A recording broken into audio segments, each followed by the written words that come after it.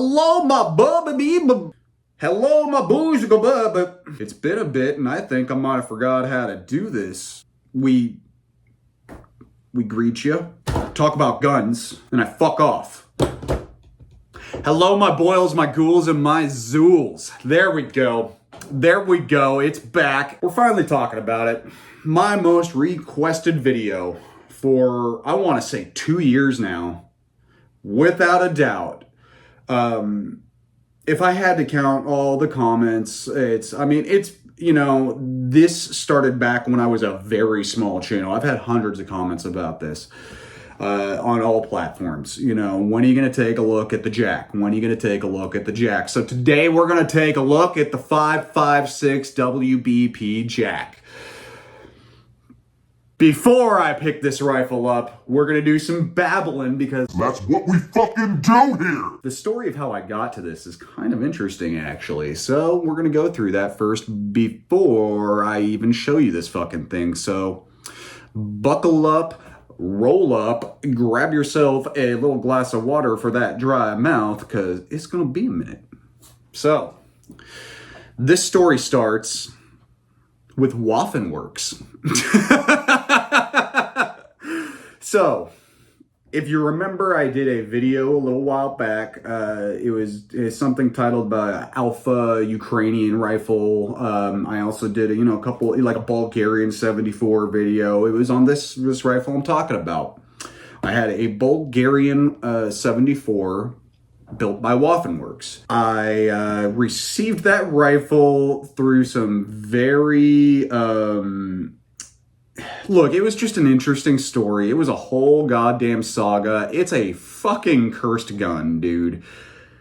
So, we're going to go through that story because that story led to this rifle. It starts with the Waffenworks.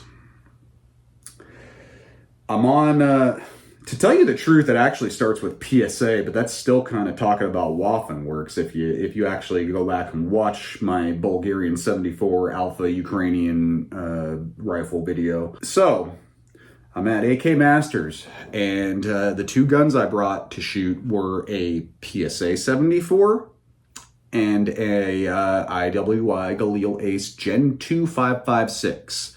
I figured it'd be fun.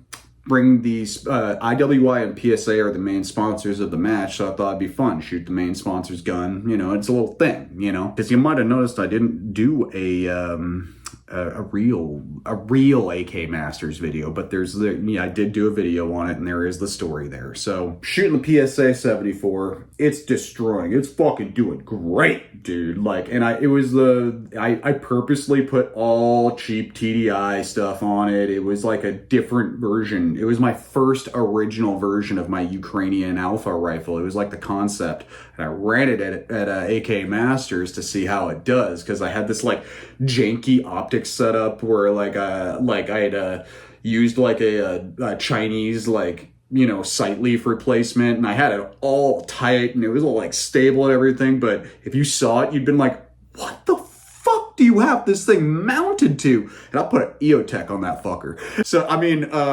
dude, I had it like bolted in there with like a screw, and then I had some wire that I had wrapped to like really tighten it up. It looked janky, and I did this all on purpose. It looked cool, and it looked shitty. It's destroying. I'm doing great with it. The rifle's doing great with it. And then it goes down on a stage. PSA guys are everywhere, so one of them snags it and, goes, shoots a few different, ammo, couple different magazines. Confirms it has shallow throating. So plan is, I'm going to take the rifle, all good. I got my backup. They'll handle that, everything, because I got your lifetime warranty, and that's why the new Kalash community is really into them, I suppose. I don't know. I continue on with the Galil Ace. So that's doing fine. The only thing I'm noticing is it's not like in my 40 rounders, but other than that, it's doing great. I show up for my second stage the second day, and this is my rifles that I'd already had to switch. I'm going through with the Ace and everything the first day. This is a 2-day match. So I show up for my second stage, and it's the stage where you got to sit on the back of a golf cart, and then buzzer hits, and you got to get up, and there's just a line of targets for about a quarter mile. You just got to fucking bolt it and just ding, ding, ding, ding, ding, ding, you know, you're just hitting them all the way. It's a fucking running gun for sure. It was intended to be on the golf cart, but the golf cart got thrown out at the last minute, so you had to run it. And it was pretty dope. I got about 6 rounds into it and my rifle jammed, and I'm like, what the fuck? And I'm yanking the charging handle, no fucking joy. So directions are, you know, hands up, you know, fucking, you know, let the RO deal with it. And so round was, you know, confirmed round was jammed in there. We go off to the side and start working on it, and Jeremy Gresham, VP of IWI USA, happened to be there. We're working on the gun. He got a cleaning rod and he's hammering on it. I got pliers and I'm pulling on this fucking thing. We're trying to pry it out, like anything we can do, because this thing is jammed, baby. And so we finally got it out, man. And funny enough, me and Jeremy started arguing. Like, at first, we weren't getting along, actually. He was helping me, but we weren't actually getting along. And, you know, we're just plain arguing, just being hard heads. So despite all of that, he still said, you know what, like, let me go grab my rifle. You can complete the stage. Just give it back to me at the end of the day. We're all good, you know? And I'm like, yeah, that sounds fine, you know? I mean, fuck, man. I also had Jack McGahee, who you've heard me talk about. You may have seen me show a little bit of a shooting before. You can find him on YouTube talking about Tokarevs, because he's very knowledgeable about Tokarevs. Offered me his Beryl, and I was like, man, I don't want to fuck your Beryl up, you know, because I will trash that thing today. So, you know, let me see if we can get this worked out, you know? Anyhow, people willing to help me and the situation and just get this moving, and the RO was like, no reshoots. I'd already reshot 2 stages because of some bullshit, so it wasn't really a big deal at all. He just decided, no, we're not doing that right now because I don't want to. There was no one coming on the stage, so it's not like there wasn't time or nothing like that. We got like Jeremy there going, dude, just here, he can use my rifle, let him run the stage. Now reshoots. So you've got to respect the RO and just go fuck you and walk away. Ironically, this happened to be the same RO from Clayco's AK Masters video on the same stage. I would direct you to go watch his AK Masters video to find out how big of a fucking... I'm walking off the stage with this ace, and, you know, I'm, like, pissed off as hell, bummed out, man, because, like, I was there to compete, dude. Like, my scores were gonna be good, because I'd been fucking on it, dude. Like, I was fucking just hitting the zone, dude. And then that happened, and, you know, I just felt destroyed. It was one of those things, because I knew my scores for the weekend were done because of that. Really shitty, you know? So, anyhow, by the time I'd already finished up, my squad had already done a couple stages, so I was like, whatever, I'm gonna go get some water, get some food, I guess I'm done. You know, sucks. But I see my friend Ben as I'm walking off the stage, and at the time, he was working at Palmetto. And at the time, I believe he was one of their media guys. He was a former QC manager, so you might have actually shot some rifles that, you know, he checked off. And I own one of them. It was a perfectly fine rifle. I mean, despite the lack of dimples, it was a perfectly fine rifle. So, you know, he's got some demonstrably good work under his belt, even in the shittiest of circumstances. He's a great guy. We're trying to get him on a like a live stream. We do some on Instagram here and there. We haven't done one in a little bit, but they're fun, man. So we're gonna try to get him on here. Anyhow, I see Ben, and he's like, man, I've been thinking about picking one of those guys up. You having trouble with it? You want to sell it real cheap? And I didn't even think twice, because I was so mad about the gun. I was so mad about my scores. I literally just, I mean, despite the help, like, me and Jeremy got into it, you know, so I was just mad, and I was like, I didn't even think twice. I was like, sure. I just handed it to him. And he's like, oh shit, man, okay. I mean, yeah, I can, you know, I got like some parts kits. I got a few guns I could trade. If you want cash, we could do that. You know, what do you want for it? And I was like, you know, let me just get through this weekend and get back home. And I know you got to work and stuff like that. So how about this? You take the rifle with, call me when you're home, and we'll figure this out and settle. So you get back home, and you know, we settle up and decide he is going to trade me a Waffen-Werks 74 for that gun. And that would be the Waffen-Werks 74 you saw in the Ukrainian Alpha video, blah, blah, blah. He tries to send the gun, and it was just trouble. I mean, I'm talking months of trouble, because also at the time he was, his business, but it's just a detail to the story. It's a little pertinent, but he was moving and leaving PSA, so moving out of state. So just BS happened in between that happens when you're moving. It's fair stuff. On top of that, so much that was nobody's fault happened. Rifle came up stolen after it was in transit. So we're like, what the fuck? We know he didn't steal that rifle. We know. So, rifle comes up stolen, and, it's like, what the fuck? Just kind of forget about it at that point, like, if something's gonna happen, we're gonna work it out, but I just let Ben just deal with that, it's like, whatever, man, we'll settle up, just deal with that first, because that's some major shit, and I ended up actually just going and picking up a Tantal to continue on with competitions, because I was obviously out my 74, and I was out my Galil Ace, and at the time, those were my two main guns. So, because I've been doing like this 3-4 month thing with the PSA 74 where I was only shooting it, and I put in just competitions, just thousands of rounds on it immediately, and I think I made it up, a couple thousand. I think I made it up to 2 before it shit the bed. I picked up this Tantal, everything's all good. I go through my whole other season, and I actually got the PSA 74 back from warranty the day before I left for a month-long trip. And funny enough, at the same time the Bulgarian 74 came up stolen, and I had given my PSA to PSA for the warranty repair, they lost it multiple times, and I ended up having to just say to them one day, "You're scaring me. Do I have to call the ATF? You keep telling me you're not sure where my rifle is. Are you losing my rifle? Do you know where my rifle is in the building? And has my rifle been destroyed or repaired?" And they couldn't give me an answer. But the next day I had a PSA 74 sitting on my doorstep, because apparently the magic discount code for overnight shipping is ATF. You're welcome. Continue on my season. This is where I get into that whole story of how I got shot.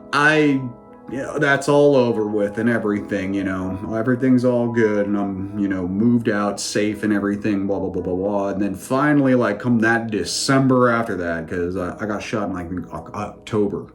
So I come that December, I think it was, Ben finally gets back to me. He's like, "You're never going to believe this shit, man. ATF finally contacted me about that 74. Back when Waffen-Werks and DDI was, there was a transition, there was some kind of inventory mistake. The gun probably didn't get accounted for, but for some reason, instead of marking it lost or destroyed, because that's actually, if you mark a gun lost, if you're not an FFL, if you don't know these things, it's actually a very, very, very serious thing. Can cost you your license, probably will cost you your license. Instead of marking it lost, somebody marked it stolen. So somehow this gun made it through multiple 4473s over the course of a decade, being marked stolen.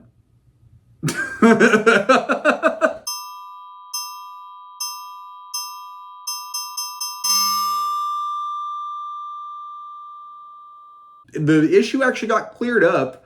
They sent me the rifle. Everything was all good. I ended up getting the rifle.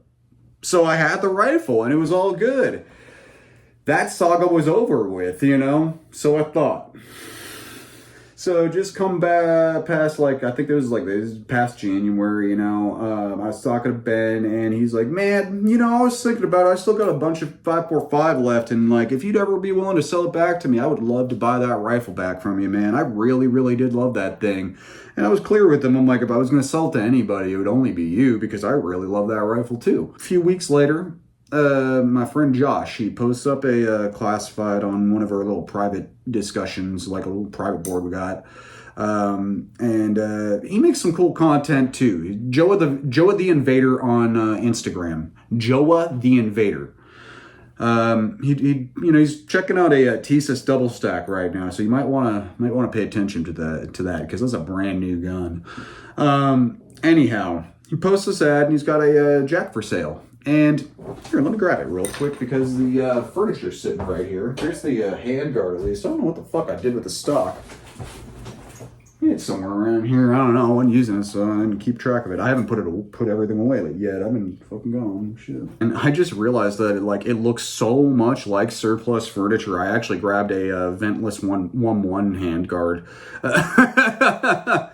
What the fuck did I do with that furniture? It does look just like this shit, though. That's some funny blooper shit that I'm just gonna leave right there. Came with the standard laminate furniture, so I guess I am a fucking hack and a fraud, and I cannot show you that currently. But the stuff is beautiful. The stuff is high quality, and I do like it. So, I'm doing this on purpose. I am doing this on purpose.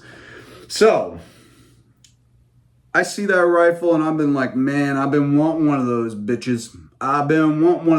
So I say, hey, Ben, how about this? You buy this rifle for me. I send this rifle out. I go pick this one up from Josh. We're all square. He's like, bet. So he sends the money over. I go pick up the rifle and then more of the curse came. So I picked the rifle up, and I still got the Bulgarian 74 that I need to send out. And so he finds this old FUD FFL who's got some real weird rules.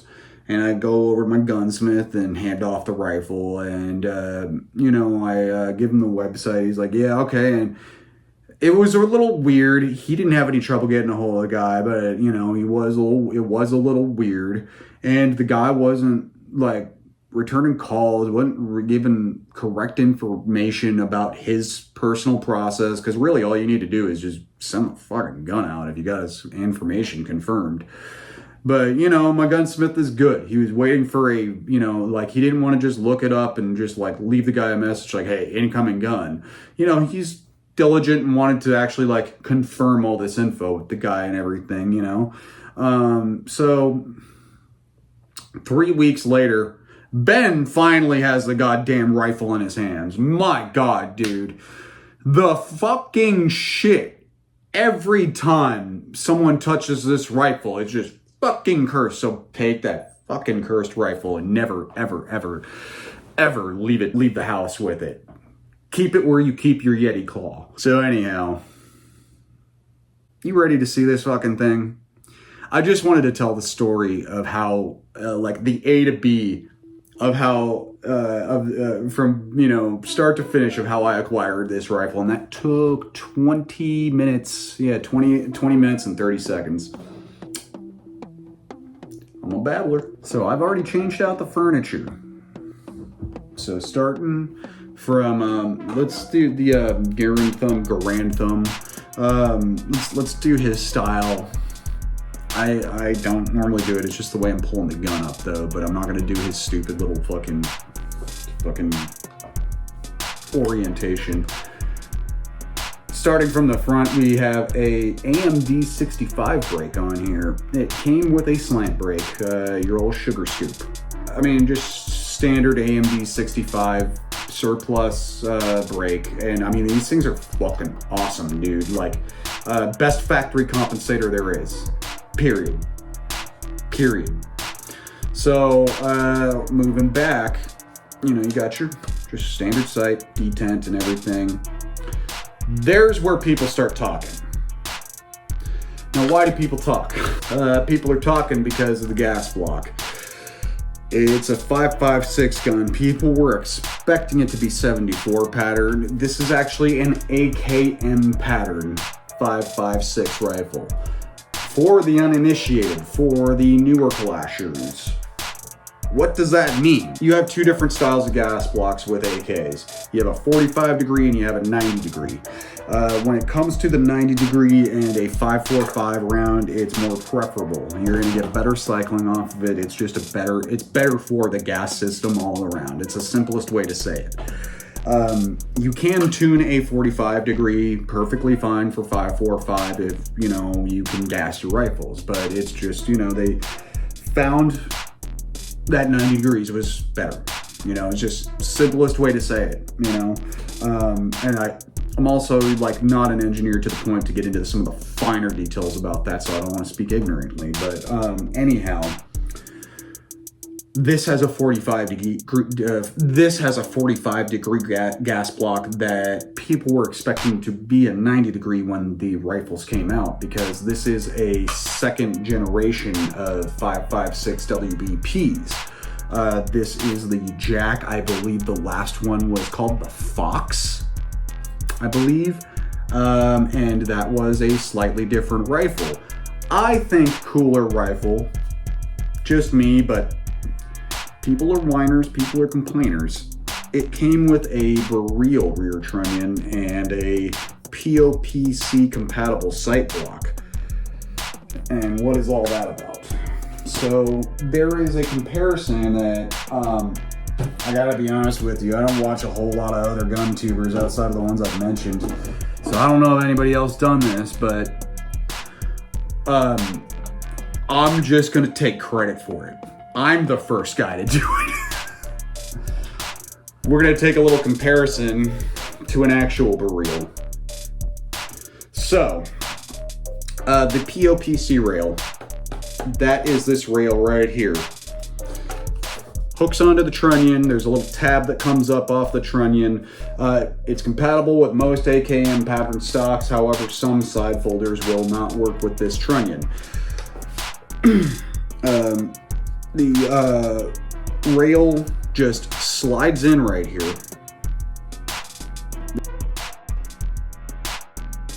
There's notches, and it just slides in. You're gonna have to take like a little mallet or some and push it in there. And it doesn't just wiggle or anything. Its tolerances are very, very tight. So I take a little gunsmithing hammer and just tip, tip, tip, tip, tip, tip, tip, tip. And also the tolerances are tight enough on the rear trunnion. You're gonna have to just take the mallet and go BAM! You know, it should be like that. It's supposed to be like that. Now, the other comparison. We were talking about gas blocks. Do you notice the difference in these gas blocks?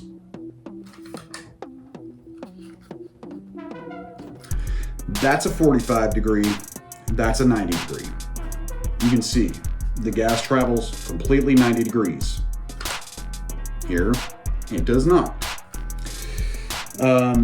If you have ever looked up anything about adjustable gas blocks, there is a clue to the engineering on why a 90 degree would be better. So you'll see like something like, we'll just say the shittiest style of adjustable gas blocks available right now have a little, let's actually pull up the 90 degree because all of those styles are going to be 90 degrees. So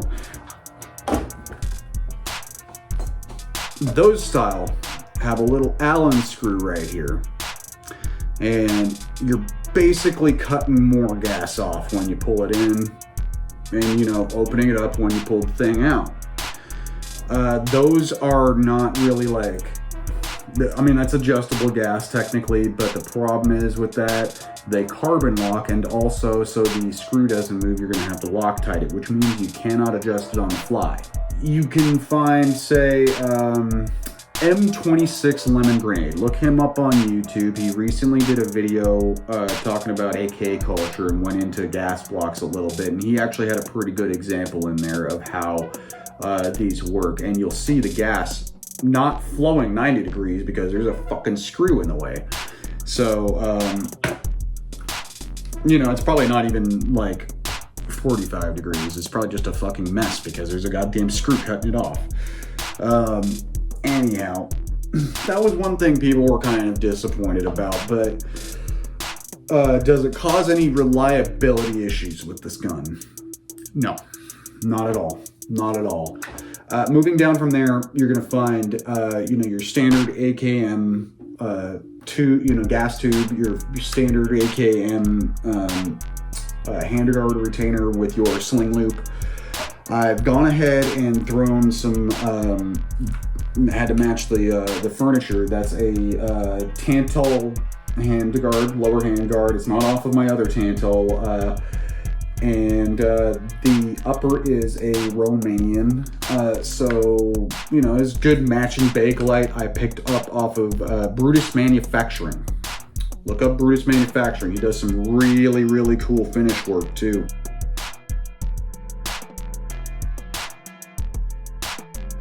So picked that up off him. Came with this nice little faded decal of like a bikini girl that he really liked a lot.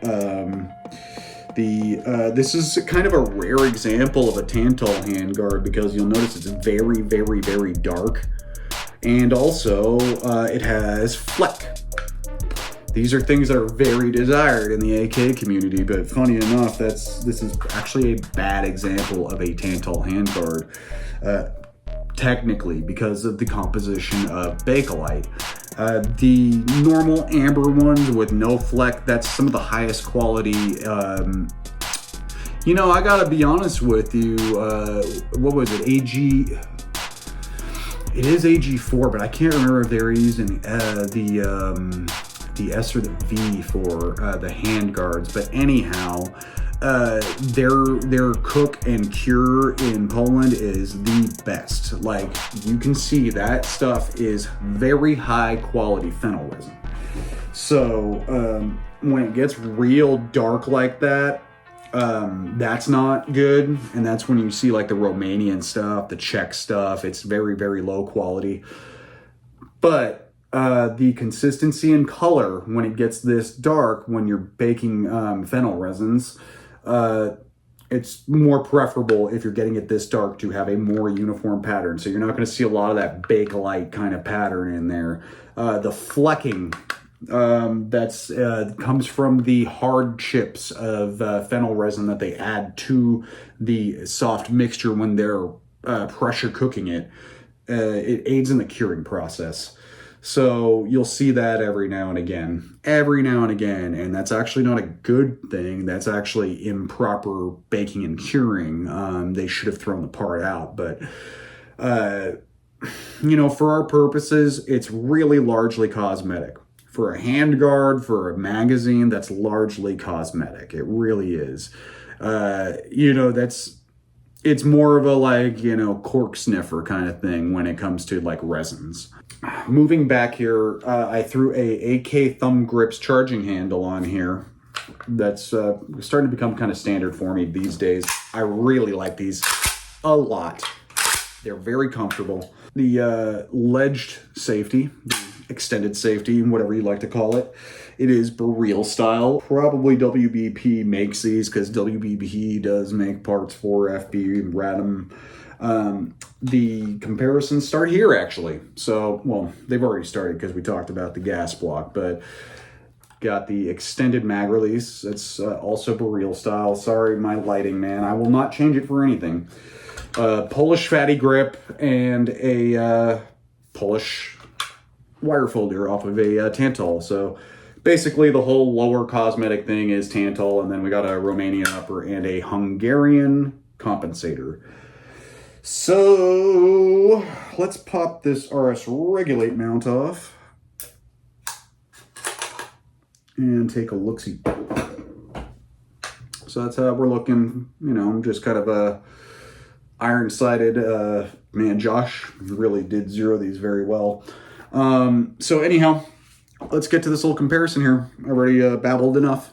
I'm hyped up on coffee and babbling today, and I just want to take up all your time because I miss doing this.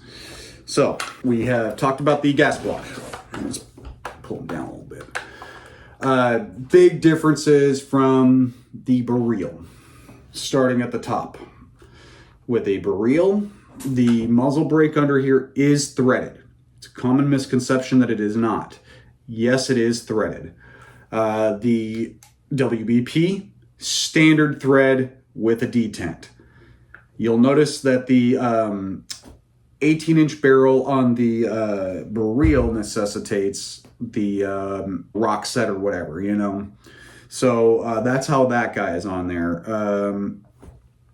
And I mean, obviously, you got a little bit of lead of 2 inches on the barrel because this is a 16 inch, this is an 18 inch. Moving down, we talked about the gas block. You have 90-degree gas block versus 45-degree gas block. When it comes to handguard retainers, there is another difference. AKM pattern style handguard retainer right here. Beryl style is a little different because the sling loop is ambidextrous.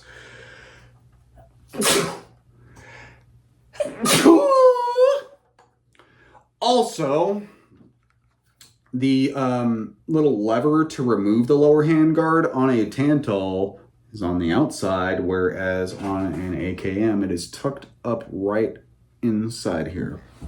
So, yeah, we're going to keep, always remembering the beginners watch this channel. So, if you know the info, sorry. But anyhow, moving down. So you got the, it'll take a standard AKM lower handguard, but it does remove differently. So the external removal lever versus the internal for the lower handguard. Another big difference with the Beryl and the AKM pattern WBP would be the upper handguard. Upper handguards on Beryls are proprietary.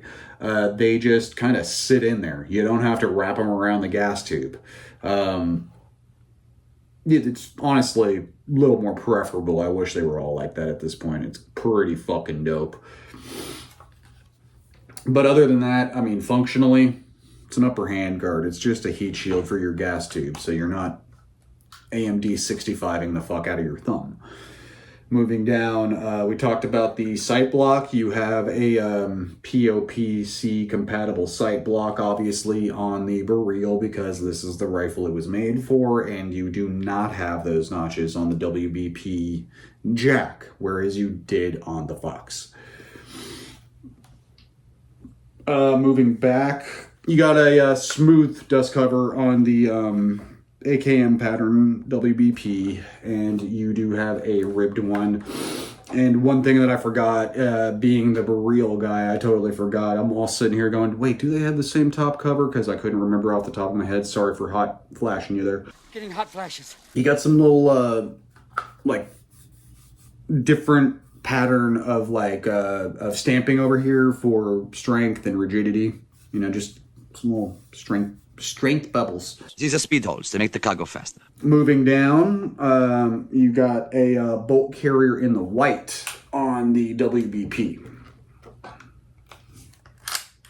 Means you got an unfinished bolt carrier, whereas you have a finished bolt carrier on the Beryl. You got your C&P on the side of the WBP, and on the Beryl, it's a NATO military rifle, so it says S and F. So moving down, the one thing I do know about the safeties is there is a difference, even though it is a possibility that WBP does make these safeties for FB Radom on the ledge. So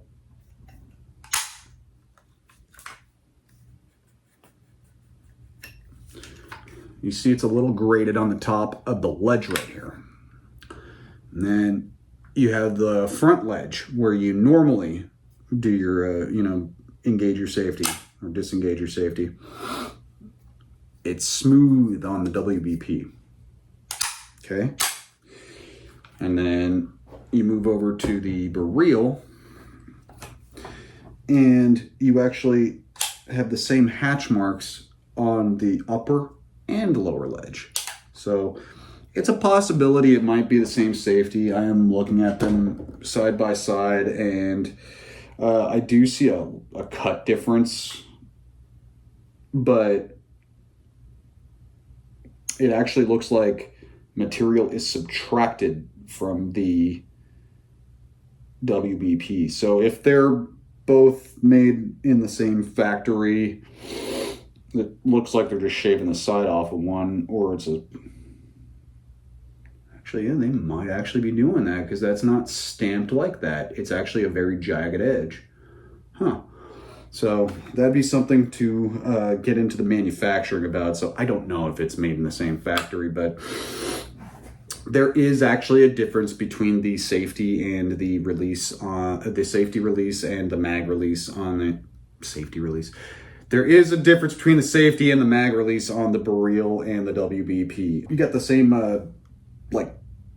trigger guard, obviously, and actually you just happen to have the same trigger in these right now because AOA puts the LBE triggers in this, and coincidentally enough, this came with an LBE trigger that Josh had put in, and it's really not bad. You know, they're supposed to be Tapcos, the old G2s. I always mistakenly call them G3s. I know they're G2s. So it's not quite. I have a couple old school ones that Waffenwerks had the best Tapco I've ever fucking felt. But it's pretty good. It's not bad. It's not bad. I like it. I mean, you know, it's I do have an original military trigger for this guy somewhere. But also I hear that AOA is starting to ship them with the fire control group that they pulled out. So you can get your you have your 922 LBE trigger in there, but they're also now including the original military trigger. Unfortunately, the one I have doesn't match this gun, which is why I'm like miffed. That would have been cool to have the original military fire control group that matched with this gun, because the only thing they're not including is the left side selector, which we are moving on to. So you do have a rail on the WBP. Standard AKM pattern, it's got a rail. Now, because the Beryl has the ability to accept this top POPC rail, it is a slab side. I mean, I suppose if you really wanted to, you could have someone like rivet on you a side rail or something like that, but you'd have to talk to someone like Zach Schaefer or something like that to really know off the top of your head how well that would work out. Because if you're trying to do what I'm doing and what a lot of Beryl owners do is keep it 100% military and, get the different generations of military parts that are compatible with this one thing that is missing out of the 922 that fucking I wish they would just put on. Mbach Armory, please just start doing this, man. Put the left side selectors on there. There is a left side selector on Beryls, just like a Tantal or, like a Tantal. And you select your safe and fire on the right side. That's why even the, just the NATO military one says S and F. There is no A in the middle of that on the original Polish military Beryls. It says S and F. So that's because you actually select your fire mode on the other side. Once you got it on fire, you're going to select semi, 3-round burst, or full auto with your left side selector. Do I have my Tantal handy? I do not have my Tantal handy, but you can also pin the left side selector to your safety so that you have a secondary left side safety, because here in the US you have to be an 0702 SOT manufacturer to be able to run full auto. And also, if you were going to run that left side selector as a SOT, you would have to also get the ratcheting pack, which it's a ratcheting device to allow the facilitation of the 3-round burst. Moving back, you have a standard AKM rear trunnion, and you're going to notice a standard rivet pattern. And that pretty much wraps that up, because the grip is just going in with a standard old grip nut. So you got a standard rear trunnion, standard grip nut, standard rear trunnion rivet pattern. The Beryl does have a different grip nut. It also does have a different rear trunnion pattern for this specific proprietary FB Radom rear trunnion, because it has that little tab on the top for this POPC rail. So let's leave that Beryl alone, and we're 45 minutes into this babble. probably do that. Josh didn't do much for this when he gave it to me. He put the trigger in, he zeroed it clearly. There is a KNS piston in here, so I did not get to fire it with the factory piston. However, I obviously closed it to, get close to that, because inherently a KNS will let off a slight little amount of gas, so it'll be inherently slightly lighter with no clicks. Checked it out like that, and fucking great rifle, man. Very, very, very, very, very flat shooting, and I literally just clicked it 3 clicks to take a little bit of the oomph off, and you can just shoot it like this now, dink, dink, dink, dink, dink. It's awesome. So if you need some kind of range report, it's that simple, dude. It's gassed very lightly, and just a little bit of a couple clicks off a KNS, and it turns it into a goddamn BB gun. People are always like, it's a tack driver, it's a tack driver. I have not had a chance to take this guy out to 300 yards. Took it out to 200, and it's a tack driver. It's a tack driver. It's a pretty cool gun, man. Beryl, very accurate. Had no issues with it. Not quite as accurate as the FB Radom, as the 18-inch Beryl. It's just not as accurate as that. It's not. Go fucking figure. It's not as accurate as the 18-inch Beryl. But other than that, it's a very flat shooter. It is a very accurate gun, and we'll take it out to some distance soon, but I can confirm 200 is no problem for this barrel whatsoever. As far as the, how it's gassed out of the factory, just with the piston closed, obviously, let a little bit off, but I did like the gassing out of the factory quite a bit. 5.56 AKs are known for being a little harsh, to effectively move that bolt carrier back.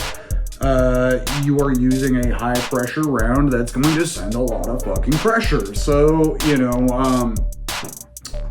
historically, a lot of people have bought their SAM 5s and stuff like that, and they go out to the range and they're like, fuck this gun, dude. I bought a 5.56 so I could shoot lighter. What the fuck, dude? And they're all out there, and you'll even see this with the reels because they got military gassing on them, you're like, boom, boom, what the fuck? This is 5.56? And even with the Beryl, it's got a little bit of a jump because, it's military gassing in that bitch. Prior to the commonality of 5.56 AKs, they were gassed very heavy, high pressure round, man. So yeah, you'd be getting your dope $2,000 rifle going, fuck that thing. Since then, gassing has been really perfected with 5.56 AKs. This is my first chance shooting one of these. I plinked around a couple with a couple Pioneers, and I was highly impressed with the gassing on those. This is a cheapo gun too. The M90 has adjustable gas, but I'd say that one's just perfect. It's just perfect. There's no reason to change out that gas block whatsoever, honestly.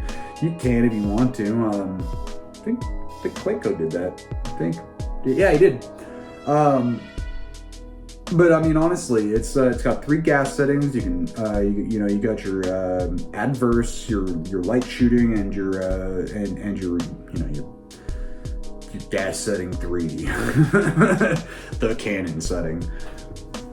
So, gas setting 1 on the M90. It's actually a little punchy still, but it's perfect. It kind of feels very, very similar to a Beryl. Little jump, but the pressure isn't so much that it's gonna push you. You put it on gas setting 3, that feels like old SAM 5. It's boom, shit, baby. So because we got a KNS in this thing, I only got one real rifle to compare it to, and it's not really a good comparison at all. My M85. So that's a 5.56 gun with a KNS, and that thing's already a recoil delete machine already. And then with this, I actually have the same exact tuning, just 3 clicks. and you can hold the M85 out. I mean, if you're strong enough, because it's a fucking bruiser. It's a heavy ass gun. You could hold it out like a pistol and just shoot it with no muzzle rise at this point. It's pretty incredible. It even cycles. And since I've set it up like that with only the 3 clicks, I haven't had one malfunction, which is crazy, dude. Like, something that light shooting where the rounds are just kind of blooping out.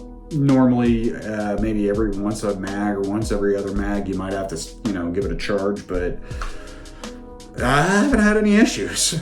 And I'm getting that same kind of effect out of this gun, which is really interesting. I'm not thousands of rounds into it, so I can't give you any kind of range report like that. But in the shooting I have done with it, it has been extremely reliable. No hiccups. Seems to like all my mags, except for the ones that are too wide to get in there. It'll take, obviously, WBP's just fine. We've got a WBP mag right here, so, no problema. We got factory FB Radom mag right here, the Beryl mag, and no problema. It's not going to take Zastava mags because those are too wide. Maybe some Circle 10s might be a little tight, but it's a Polish gun. That's how they are, man. They're a little tight. Also, when they come in the country, the rifles, the full stack rifles, have to have the mag wells opened up. So it's really up to the spec of whoever opens it up. So if you want it opened up, just have it opened up. That is the case with these WBP rifles, right? Yeah, that's definitely been opened up. You can see the inconsistencies in the cut. Yeah, 100%. 100%. But they do that because, imported full-size rifles, they'll come in with single stack mags. So, I don't know if they, I don't know how the deal with WBP is and all that, because I know there's certain double stacks that have come in. So I don't know. I'm not an importer, man. Maybe that's why we need Ben on this, because he knows about importation. So, yeah. So moving on, really, when it gets down to it, these 5.56 AKs in the past, yeah, they were punchy. Not really the case anymore, and that's why, even though it's not a really great comparison, gassing on it just feels similar to my M85. It really does, and it's not like 5.45 or 7.62. Like with that 10-inch barrel, you're losing a lot, man. You're losing a lot. There's no real reason they should feel so similar, but they do. But like I said, it's because the M85 I have is a recoil delete machine, and this thing out of the factory was gassed very, very nicely, and with the K&S, it's just gone. There is no more recoil. Now, we are 54 minutes in, and we ain't done no shooting. We ain't doing no shooting today. What we are going to do is take this out to Texas Kalashnikov, because that's what we do on this channel. And we're going to do some shooting with it. I am going to take it out to my range, the old Texas Shooters Academy, home of Aaron Hayes and Hayes Customs. So if you need the dopest fucking 2011 or 1911 on the market, hit up Hayes Customs. Yeah, shameless advertisement. He's just a good guy that builds really nice guns, man. Got anything else to say today about this bullshit? I don't really think so, other than the updates we're going to be doing. So, really, from here, I guess we're just going to talk about what's upcoming, because I am obviously back on the internet. Back in this bitch like I never left. I got a video coming up on the Yugo Wars. That is one I've been working on a little bit. Understatement right there. So far, I think I said it in my little update video. Yeah. The script is now, it's past 14,000 words. So after it's finished, the next step is to start chip, chop, and edit it. So That's how I get away from doing so much editing these days. Because if you watch my early videos, I mean, fuck, dude, it was like other YouTube channels. There's jump cut, jump cut, jump cut, and I don't know, man. I like to talk, and I hate those jump cuts. So I'm trying to get out of that. Let the mistakes roll, because we're all human, you know, we all flip. Yeah, it's pretty gnarly, but no, it's not gonna end up being 14,000 words. I just say that because that's how much work I've currently put into it, so I'm just impressing upon you. I've been working this channel, I've been working on it. Outside of that, we got upcoming M&M reviews. Gonna do some in-depth talking about that, because the gun is so cool, man. I'm so excited about this platform. I'm so excited to be excited about a platform. I want this to work out for the company, and I want this to work out for the gun community in general, because we need an option like this, and we need people like this in the industry. Mike and Mike, man, M&M Industries. So you can say it MM, you can say it M&M. We've talked about this. So got that coming up. Got we just did the jack. Got anything else coming up? Because there is a whole list. I'm just talking about things I can talk about with you currently. We got a project video coming up with a Draco, which was the first AK I ever bought, and it is actually the actual first AK I ever bought. We're going to actually try to talk to the builder, because the builder happens to build for Misha. So he does some really cool guns. He's done some historical guns for myself. So in fact, I'll show it to you right now. I will show it to you.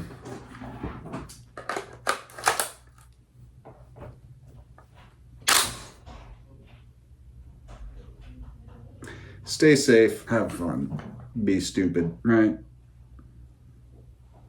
Y'all stay safe, have fun, be stupid.